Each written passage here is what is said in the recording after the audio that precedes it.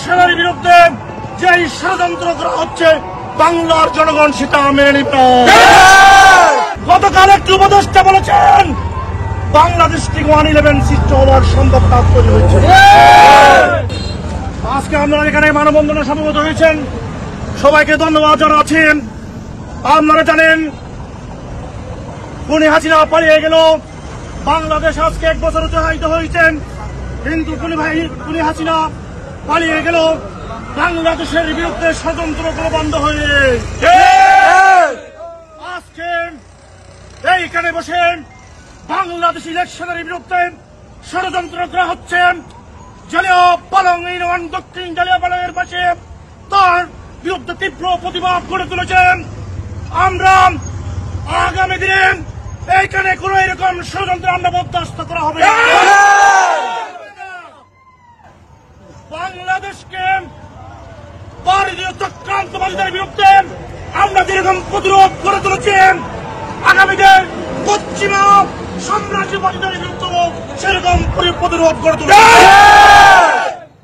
আজকে এইখানে বসে বাংলাদেশের বিরুদ্ধে, বাংলাদেশের আগামী জাতীয় সংসদ ইলেকশনের বিরুদ্ধে যে ষড়যন্ত্র করা হচ্ছে বাংলার জনগণ সেটা মেনে নিবে না। সুপ্রিয় উপস্থিতি, দীর্ঘ লড়াই সংগ্রামের বিনিময়ে খুনি হাসিনা শেখ হাসিনাকে বাংলাদেশের ক্ষমতার মসনদ থেকে ছাত্র জনতা আজকে বিতাড়িত করতে সক্ষম হয়েছে, কিন্তু ষড়যন্ত্র থেমে যায়নি। ষড়যন্ত্র থেমে যায়নি, তার ধারাবাহিকতায় কিছু কুচক্রী মহল যারা এই ভোটে ক্ষমতায় আসতে পারবে না, তারা এখানে বাংলাদেশের বিরুদ্ধে ষড়যন্ত্র করছেন। সেটা কখনো হতে পারে না, আমরা বরদাস্ত করব না। ভারতীয় চক্রান্তবাদীদের বিরুদ্ধে যেই রকম আমরা প্রতিরোধ করে তুলেছি, পশ্চিমা সাম্রাজ্যবাদীদের বিরুদ্ধে আমরা সেরকম প্রতিরোধ। সুপ্রিয় উপস্থিতি, আজকে খুনি হাসিনা পালিয়ে যাওয়ার 1 বছর অতিবাহিত হয়েছে, কিন্তু আজকে সেই রকম একটা আনন্দঘন মুহূর্তে আজকে আমাদের এখানে প্রতিবাদ মুখর অবস্থান আসতে হয়েছে।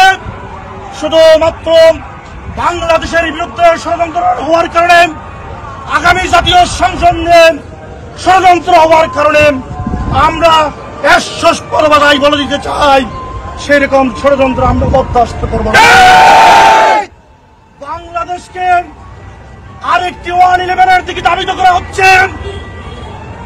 গতকাল একটি উপদেষ্টা বলেছেন বাংলাদেশ থেকে 111 সৃষ্টি হওয়ার সম্ভাবনা তৈরি হয়েছে। 3,500 টাকা বলছিলাম, এরা আমাকে এই 2,500 টাকা দিয়ে আবার 500 টাকা আমার বাড়াই দিয়েছে। 500 টাকা বাড়াইছে, 3,000 টাকা দিচ্ছে। 3,000 টাকা ভাড়া কোথাও নামছে? বাড়াইছে। কোথাও নামছে? যাওয়ার পথে কোথাও নেমেছেন? না না, কোনো সোজা রয়্যালটি লুপে গিয়েছেন। আপনার সাথে কোনো কথা হয়েছে? আপনার সাথে গাড়ি ভাড়ার বাইরে আর কোনো কথাবার্তা হয়নি।